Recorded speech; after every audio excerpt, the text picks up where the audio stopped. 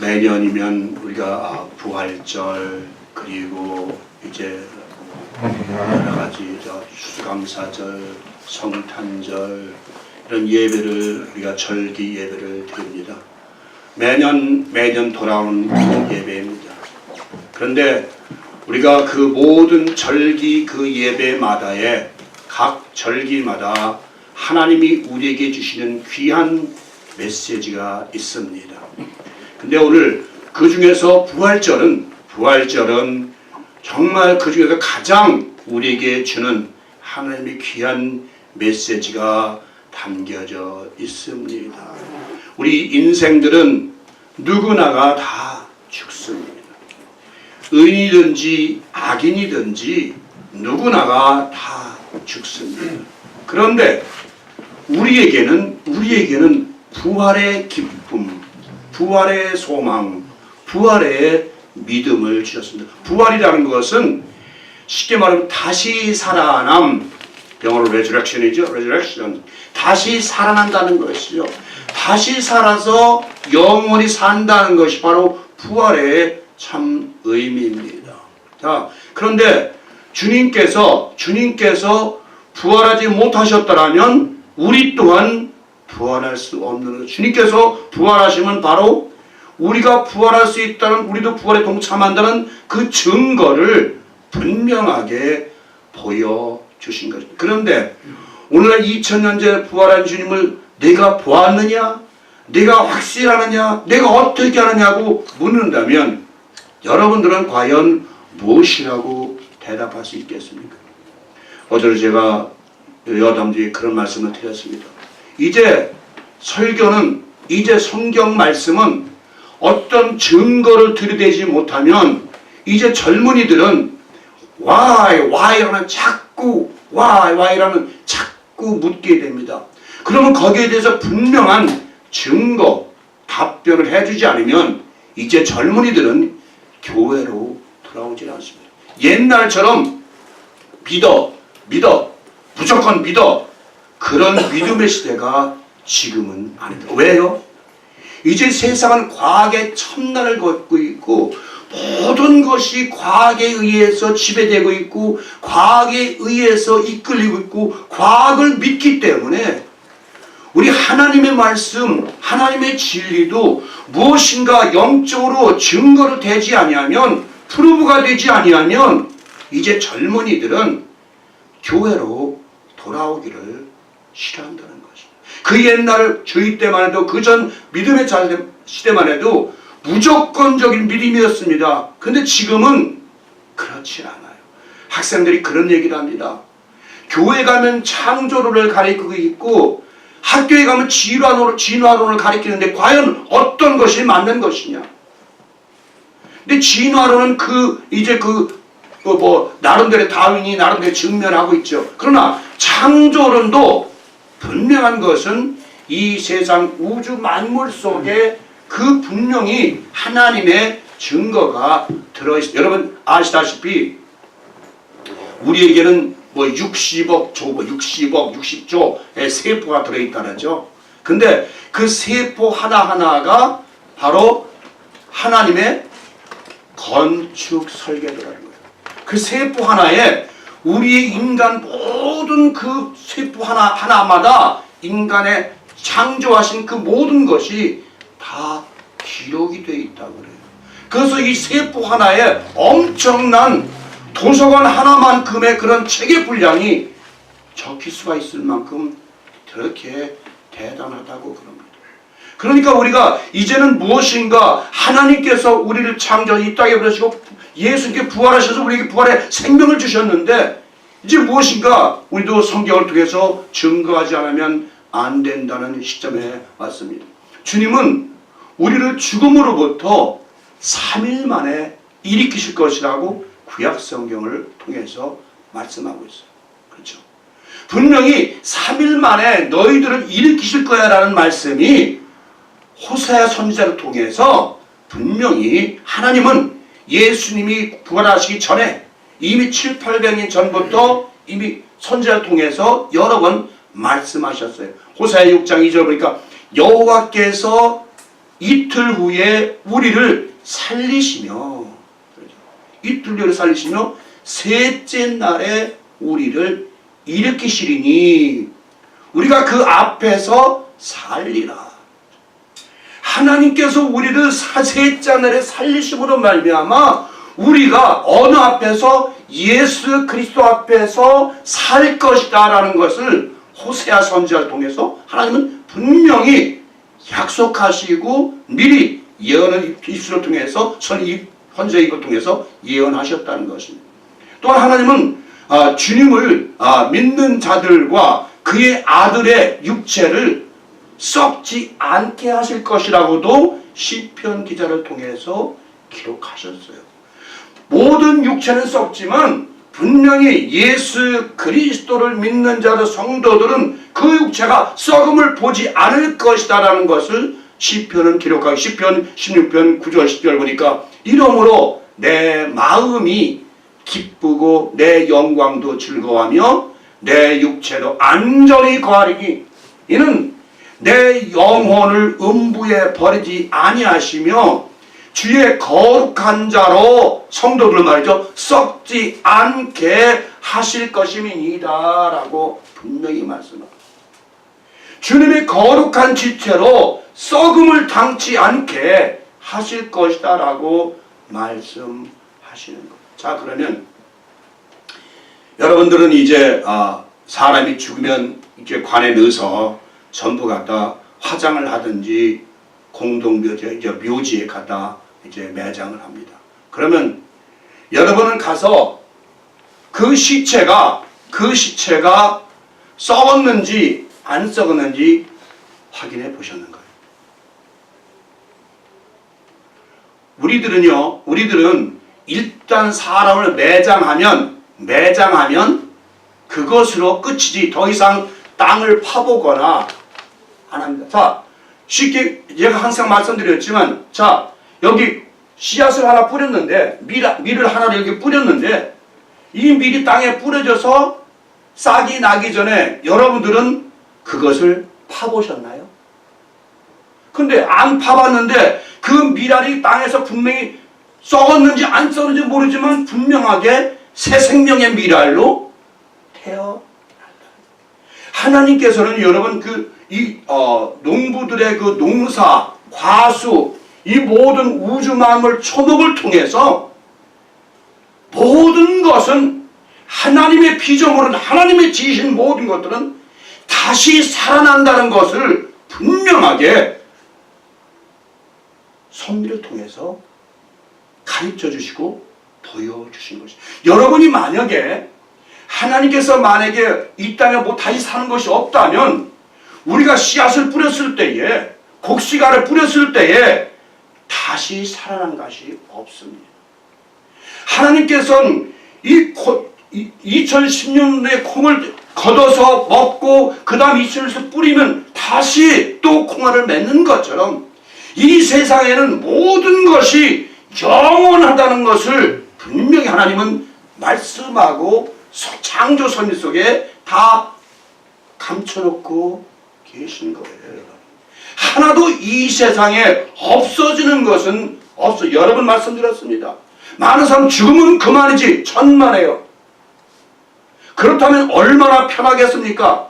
여러분, 죽으면 아무것도 모르고 그냥 다 썩어 없어져 버린다면 그것처럼 편한 삶은 없습니다. 편한 죽음은 없다는 것이죠. 그렇죠? 그런데 다시 살기 때문에 악인은 악인으로 벌을 받고 의인은 하나님의 자녀로 다시 부활함으로 말미암아 하나님의 영광의 나라를 기업으로 받지만, 그렇지 않은 자들은 계속 심판을 받아야 되기 때문에, 괴로움을 당해야 되기 때문에, 형벌을 받아야 되기 때문에 문제가 되는 것입니다. 여러분, 이 부활이라는 것을 우리 부활의 소망, 부활의 믿음이라고 하지만, 이제 부활도 확실한 증거가 제시되지 않으면 안 되는 거죠. 그러면 왜 셋째 날을 부활의 날로 정하셨습니까? 왜 셋째 날 하필이면?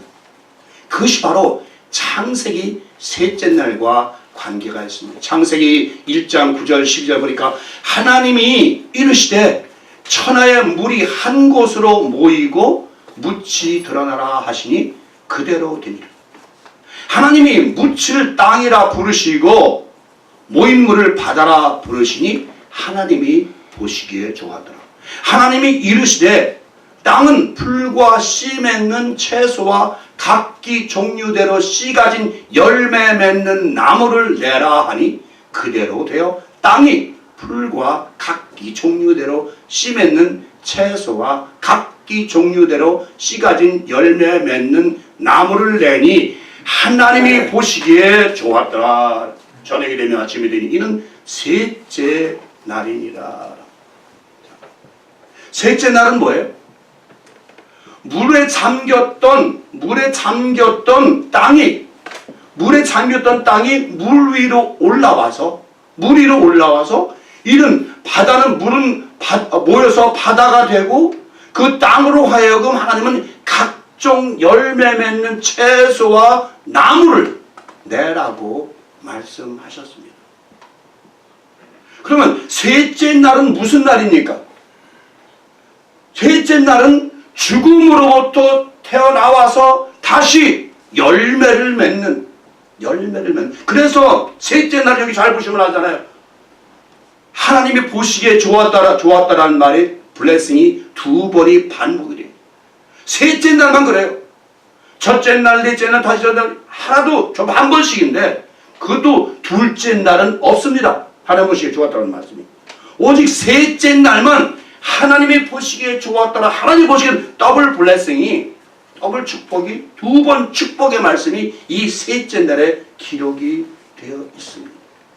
그래서 이 셋째 날이라는 것은, 이 3일이라는 것은 우연하게 주님께서 3일에 그냥 말만에 부활하는 것이 아니라 구약의 선지자의 입을 통해서 또한 창세기에 말씀하신 것, 이 셋째 날, 이 셋째 날이라는 것은 바로 부활의 날, 부활의 날을 의미하고 거듭남의 날을, 그래서 요한복음 3장과 관계가 있다고 제가 여러 번을 말씀드렸습니다. 그 창세기 첫째 날부터 여섯째 날, 일곱째 날까지도 이것이 단기 창조 기사만 전하는 것이 아니라 그 창조 기사 속에서 하나님이 우리에게 주신 영적인 진리의 메시지가 충만하게 잠겨져 있다. 예를 들면 여러분 첫째 날의 빛은 그냥 오릅니다. 오름. 그리고 넷째 날의 빛은 마오르예요. 광명. 자, 그러면 첫째 날의 빛은 무엇이고 넷째 날의 빛은 어떤 것입니까? 그렇죠?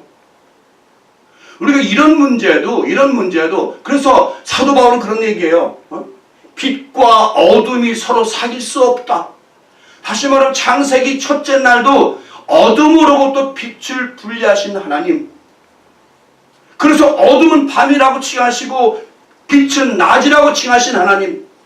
다시 말하면 우리는 낮의 아들이요 빛의 아들이요 빛에 속한 자녀들이요 악한 죄인들은 밤에 속했고 어둠의 자녀들이라고 성경은 분명하게 말씀하시고 첫째 날부터 하나님은 의인과 악인, 다시 말하면 하나님의 자녀들과 하나님의 안연자들을 분리하고 갈라놓으시기를 원하셨기 때문에 어둠으로부터 빛을 분리해내셨다고 분명하게 말씀하시고, 둘째 날은 하늘 윗물과 아랫물. 물은 무엇입니까? 이미 요한계시록 17장 15절에 물은 백성과 무려 열방과 방언들이라. 하나님의 자녀와 하나님의 속한 백성들과 땅에 속한 자녀들을 분리하셨고, 그 셋째 날에는 바로 하나님의 자녀에 속한 자녀들로 하여금 이제 부활의 열매를 맺도록 셋째 날을 말씀하시고 있잖아요. 넷째 날은 해와 달과 별, 다시 말하면 이제 하나님의 자녀들은 저 하늘에 올라가서 의인들은 해와 같이 달과 같이 별과 같이 영원히 빛나는 존재로 만들어 주시겠다는 것이 바로 넷째 날의 창조 기사 속에 숨겨진 영적인 말씀인 것입니다, 여러분. 이렇게 창세기 속에서도 영적인 말씀이 메시지가 참으로 충만하게 되어 있습니다. 주님은 부활의 몸에 대하여 뭐라고 말해요? 자, 주님은 부활의 몸, 이제 사두개인들이 묻습니다. 이런 얘기를 합니다. 모세가 얘기했는데 이제 형이 안에 있다가 죽었는데 자식이 없어 죽었어. 근데 그 밑에 칠형제가 있었는데 법에 이제 형이 자식이 없으면 그 동생이 들어가서 자녀를 낳고 또 안 되면 그 자녀가 계속해서 7형제가 다 들어가서 자식을 낳아야 되는데 7형제는 다 들어가서 자식을 못 낳았습니다. 다 죽었습니다. 그런데 부활하면 누구의 아내가 되겠습니까? 라고 이제 그 사두개인들이 묻습니다. 자, 7이 다 그 여자를 취했는데 자, 부활하면 누구의 자녀고 누구의 아내가 되겠습니까? 이렇게 마태복음 22장 29절 30절 이렇게 말씀하고 있어요. 예수께서 대답하여 이르시되 너희가 성경도 하나님의 능력도 알지 못하는 거로 오해하였도다. 부활 때에는 장가도 아니 가고 시집도 아니 가고 하늘에 있는 천사들과 같으니라. 죽은 자의 부활을 논할진대 하나님이 너희에게 말씀하신 바 나는 아브라함의 하나님이요 이삭의 하나님이요 야곱의 하나님이로라 하신 것을 읽어보지 못하였느냐? 하나님은 죽은 자의 하나님이 아니요 살아있는 자의 하나님이시니라. 하나님은 살아있는 자의 하나님이세요.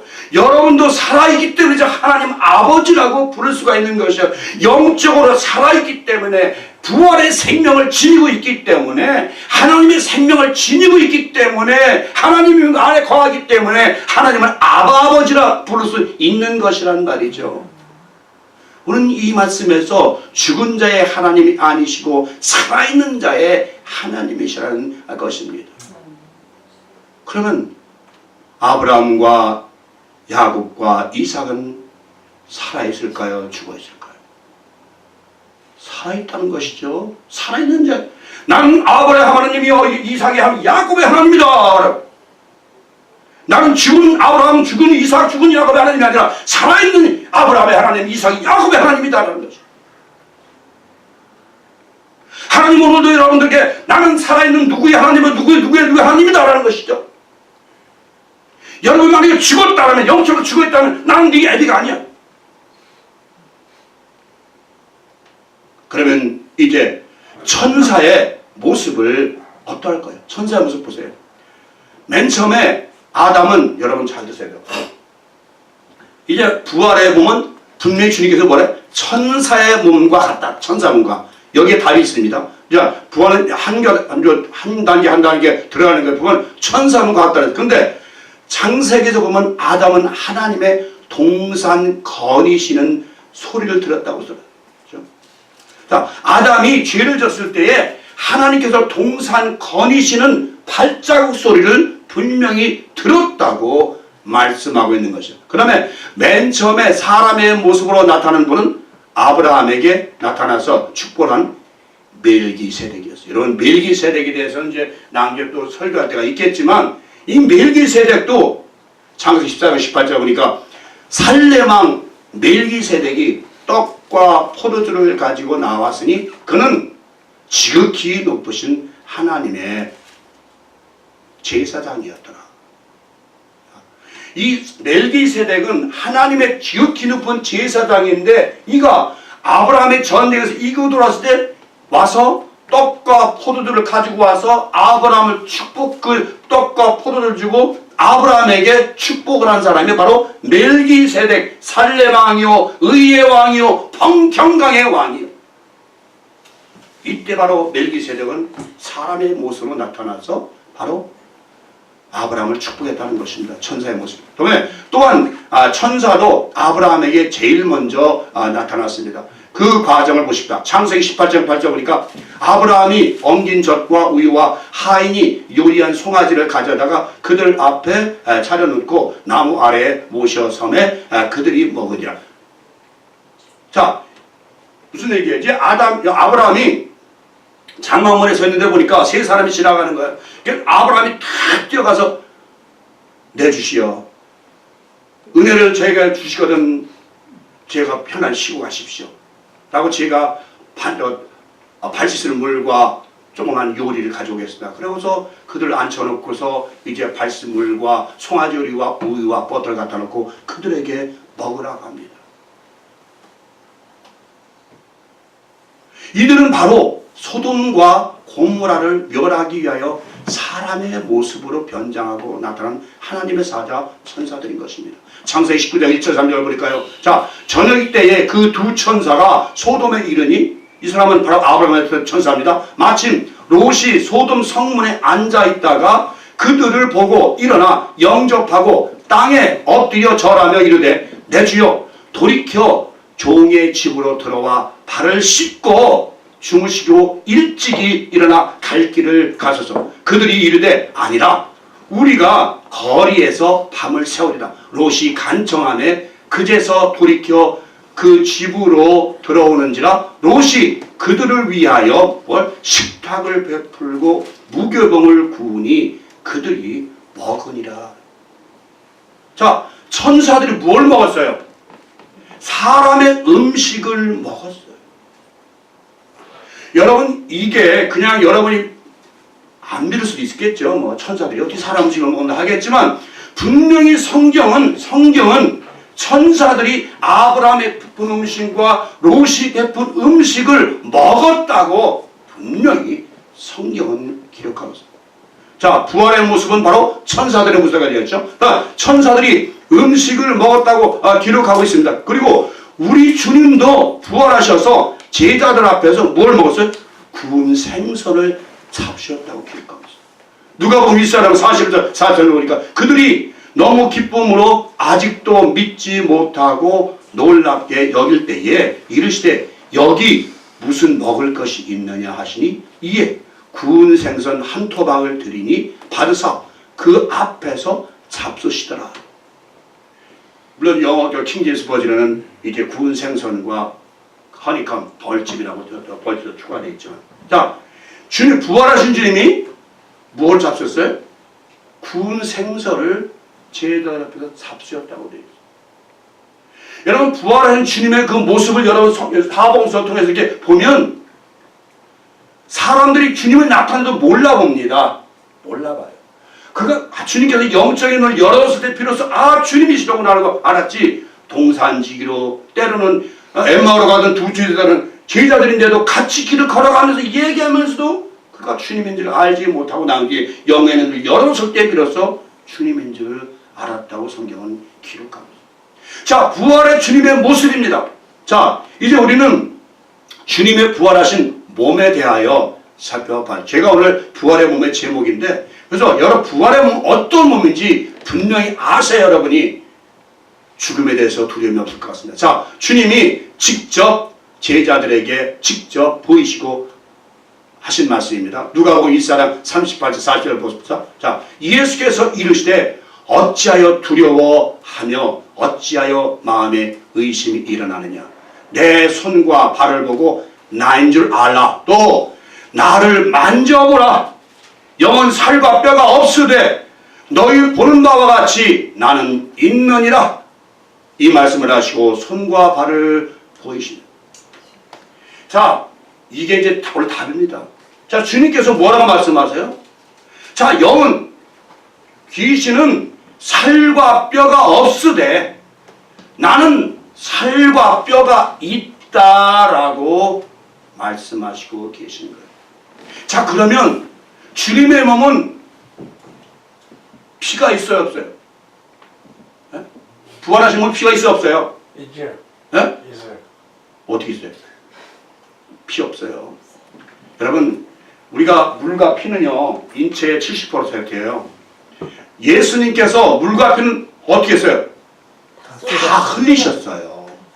우리 죄를 위해서 다 흘리셨기 때문에 요한복음 19장 36절 보니까 그중 한 군인이 창으로 옆구리를 찌르니까 곧 피와 물이 나오더라. 이를 본 자가 증언하였으니 그 증언이 참이라. 그가 자기의 말하는 것이 참인 줄 알고 너희로 믿게 하려 함이니라.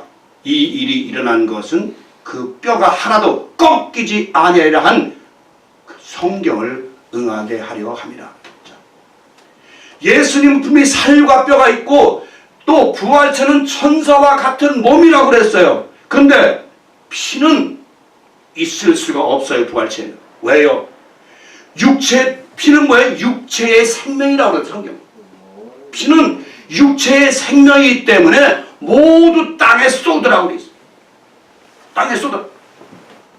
그래서 부활체 천사와 같은 몸은요, 우리가 다시 이 피를 받는다면 영원히 살 수 있어요? 못 살아요. 못 삽니다. 우리가 받는 몸은요, 부활체라는 것은 이 육체의 피가 없어. 지금 예수가 분명히 말씀하셨잖아요. 자, 만져봐. 나는 살과 뼈가 있어. 만져봐라.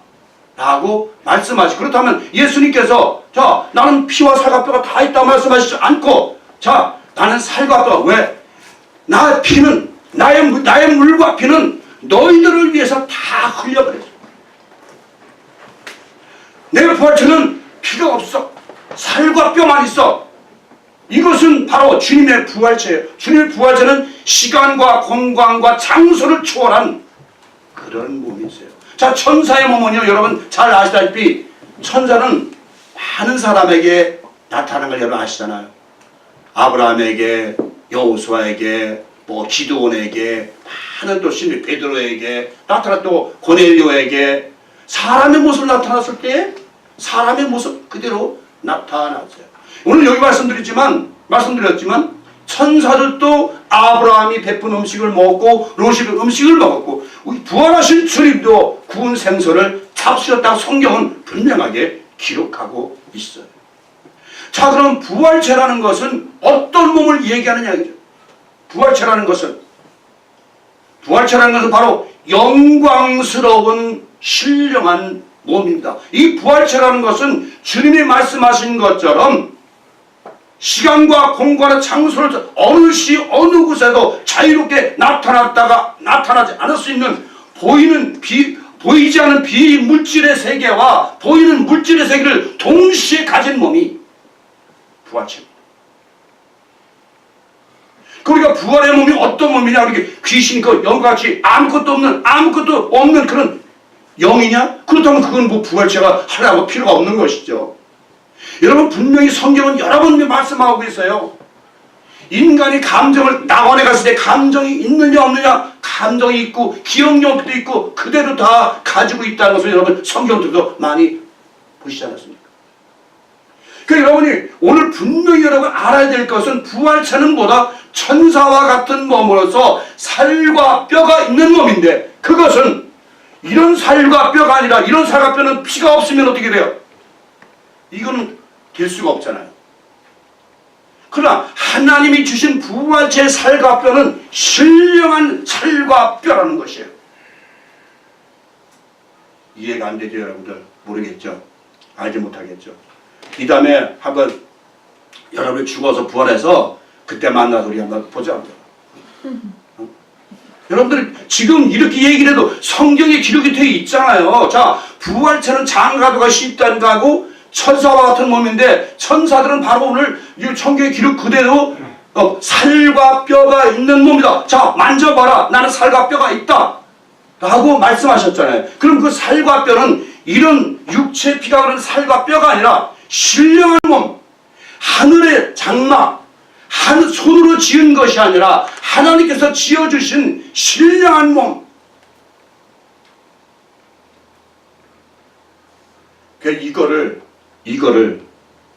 이 부활체를 피가 없는 사람이 현재 있습니까? 없습니까? 이 세상에? 없어요. 어? 없어요. 있어요. 로봇 있잖아요, 로봇. 피 없어요. 그죠? 사람이 아니고. 자, 물론 사람이 아니에요. 제일 잘 들으셔야 돼요. 일본에서는 로봇을 남자 여자를 만드는데 똑같다잖아요. 근데 피는 없어요. 근데 그 로봇은 어떻게 돼요? 그건 하나의 예화예요. 지금 제가 말씀드리는 것은 우리가 그 피가 없어도 우리가 육체 피가 부활체는 이 하나님이 주신 인간도 로봇을 만들어서 마음대로 움직이고 마음대로 쓰는데 과학도 하물며 하나님께서 우리에게 주신 신령한 몸이겠습니까, 여러분? 그걸 말씀드리는 거예요. 그렇죠? 과학자들도 인간의 몸을 피가 없이 로봇을 만들어가지고 그걸 말하게 하고 청소하게 하고 때로는 우리 몸에 들어가서 의학적으로 수술하기도 하고 하는 그런 과학인데, 한 우주 만물을 창조하신 분께서 우리에게 부활의 몸을 주시는데 그 몸은 신령한 몸, 영원한 몸, 영원히 썩지 않는 몸, 시간과 공간을 초월해 천사와 같이 마음대로 다닐 수 있는 그런 부활의 몸, 그 몸이 바로 부활체라는 것이에요. 그런 많은 분들이 그런 얘기를 해요. 이미 말씀드렸지만 이제 거의 시간이 다 됐습니다만 부활이 마지막 때에 이루어질 것이다. 그럼 마지막 때까지 우리 어디 있을까요? 그 마지막이 언제입니까? 세상이 끝날 때? 언제 세상이 끝납니까? 이 지구가 몇 년 됐다고 그러죠? 150억 년 됐다는 말도 사람도 있고 뭐 100년, 100억 년 됐다는 사람도 있고 여러 가지 말이죠. 그럼 그동안 우리는 어디 있습니까? 분명히 여기 성경은 하나님은 나는 아브라함의 하나님이요 야곱 이삭의 하나님 야곱의 나는 죽은 자의 하나님이요 살아있는 자의 하나님이라고 분명히 말씀하고 계십니다. 그리고 내가 너희를 3일 만에 다시 일으켜서 거룩한 자로 성도들로 하나님의 백성으로 썩지 않게 하실 것이라고 분명히 성경은 기록하고 있어요. 마지막 날에 부활하는 자들은 악인들을 말합니다. 우리 하나님의 자녀들은 마지막 때까지 심판 때까지 있을 필요가 없잖아요.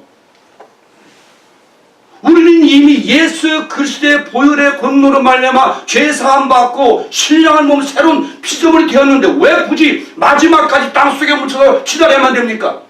악인들과 같이. 분명히 성경은 말씀하고 계세요. 하나님의 자녀들은 하늘에서 한국의 천국에서 해와 같이 달과 같이 별과 같이 영원토록 빛을 내리 빛나리라. 오늘 만약에 이 설교를 들으시는 다른 분들도 있을 겁니다. 그러면 많은 분들이 항의하실 수도 있어요. 근데 저는 성경을 따라서 말씀하시고 한 것도 없습니다. 분명히 성경은 부활체에 대해서 아주 답을 분명하게 만드셨고 주님이 직접 부활체는 이런 몸이야. 나를 만져봐. 나를 봐. 나는 피가 살과 뼈가 있는 몸이야. 라고 하셨지만 그분은 시간과 공간에서 제자들이 물 꽉꽉 걸어 잠고 있는 곳에도 통해서 들으셨고요.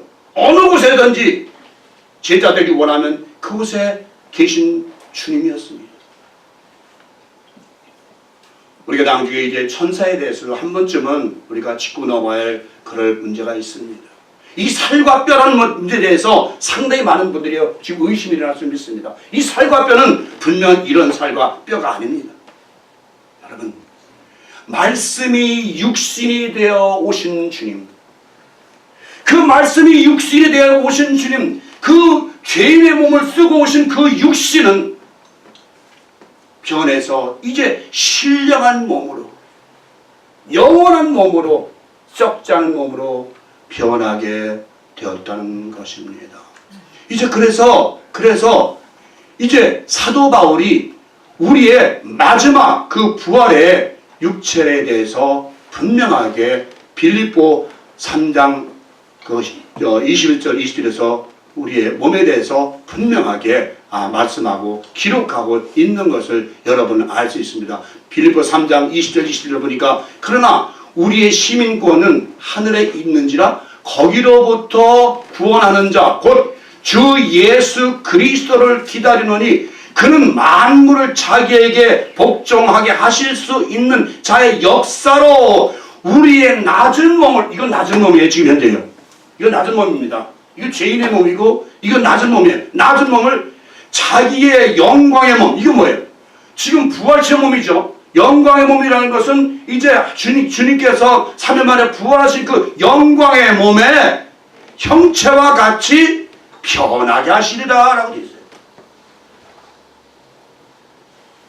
여러분 아멘이 안 나오는 거 보니까 믿어지지 못하는 거예요. 믿지를 못하는. 어쩌서 여러분이 믿든 안 믿든 저는 성경에 있는 대로 전했고 여러분들이 그것을 믿든 안 믿든 그것은 여러분의 믿음의 수준입니다. 분명히 말씀드립니다. 우리의 낮은 몸이 예수 그리스도의 부활체와 같이 영광의 형체와 같이 분명히 변하게 하시리라. 언제?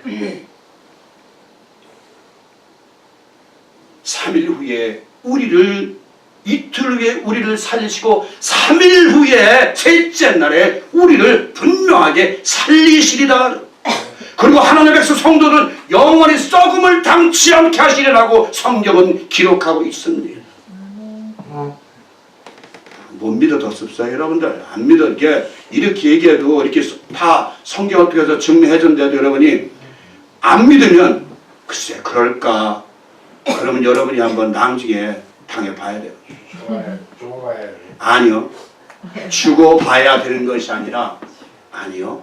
현실적으로 자 다시 한번 말씀드리고 마치겠습니다. 자 여러 번 말씀드렸잖아요. 이 모든 우주 만물의 섭리들은요, 모든 씨앗들은요, 모든 것들은요 죽어서 완전히 없어지는 게 아니라고 그랬잖아요. 하나님은 그 속에 하나님의 비밀을 감춰놓으셨다고요. 모든 씨앗의 비밀. 사도 바울도 그래서 이런 얘기를 해요. 너희들이 부활체가 어느 몸을 오냐 하지만 어리석은 자들이요, 지금 뿌리는 씨앗은 장래 씨앗이 현재 알갱이로되 그 씨앗이 죽고 나면 하나님께서 원하시는 각 종자에게 육체를 주시느니라 라고 했어요. 그러니까 무슨 얘기냐면 다시 한번 여러분에게 말씀드리면, 자 씨앗이 여기 땅에 떨어져 썩으면 이게 없어지는 것이 아니고 새로운 몸으로 줄기로 받는 것처럼 이것은 하나님께서 비유적으로 우리에게 가르침을 주신 거예요. 우리 또한 땅에 들어가더라도 하나님께서 어떤 몸으로 우리의 낮은 몸을 신령 예수의 부활체와 같이 영광스러운 신령한 몸으로 변케 해주신다는 것, 약속이 바로 우주 만물의 모든 섭리 속에 다 들어있다니까. 그 하나님께서 뭐라 해요? 로마서에 너희가 핑계치 못한 것은 우주 만물 가운데 분명히 하나님의 신성이 나타나서 보여지나니 너 핑계치 못할지라라고. 할 수 없습니다. 제가 아무리 솔직하게 해도 여러분들이 지금 생각할 때는 그런 것 같아요. 그럴까 하고 지금 말씀 생각하시는 것 같은데, 하나님이 여러분들에게 오늘 시간 통해서 분명한 믿음을 주시기 바랍니다. 아멘. 부활의 눈을 믿음을 주셔서 여러분들이 정말 이 땅을 떠나든, 저는 그래서 제가 여러분 말씀드리잖아요. 많은 사람들이 저보고 그래. 에이 목사님 주님들, 아니 나는 분명한 것은 내가 받을 몸을 나는 알기 때문에 그러는 거예요. 아니 지금 이 몸뚱아리 이거 눈도 안 보이지, 맨 터지고 아픈 데지 꿰맨 데지, 이런 몸을 가지고 맨날 가서 병원에 가면 침 맞고 주사 맞고 약 먹어야 되지, 째야 되지, 김정일 사람은 맨날 부항 뜬다 그러지. 이런 육체를 가지고 뭘 살고 싶어서 이렇게 이 땅에서 그냥 살고 싶어서 원하는 데는 이해가 안 된다고요, 여러분들 진짜로. 이거보다 100배 1000배나 신령한 몸으로 변케 해준다는 말씀에 약속이 있는데 불구하고 여러분들이 아직도 이 땅에 살고 싶어서 아이고 오늘 좋은 약 없나, 좋은 보약 없나, 좋은 거 없나, 또 아프니까 아이고 피 빼야지 피 많이 빼보세요. 여러분의 몸이 그렇다고 신령한 몸이 되는가? 안 됩니다. 여러분의 몸은 오직 하늘에 계신 예수 그리스도에 의해서만이 신령한 몸으로 변화될 줄 믿습니다. 네. 여러분 이 부활절을 맞이해서 분명히 여러분 부활의 소망 가질 것은 여러분의 몸이 신령한 몸으로 예수의 영광의 부활체와 같은 형체로 변화된다는 것만은 분명히 믿으시고 순종하시고 따르시기 바랍니다. 아멘.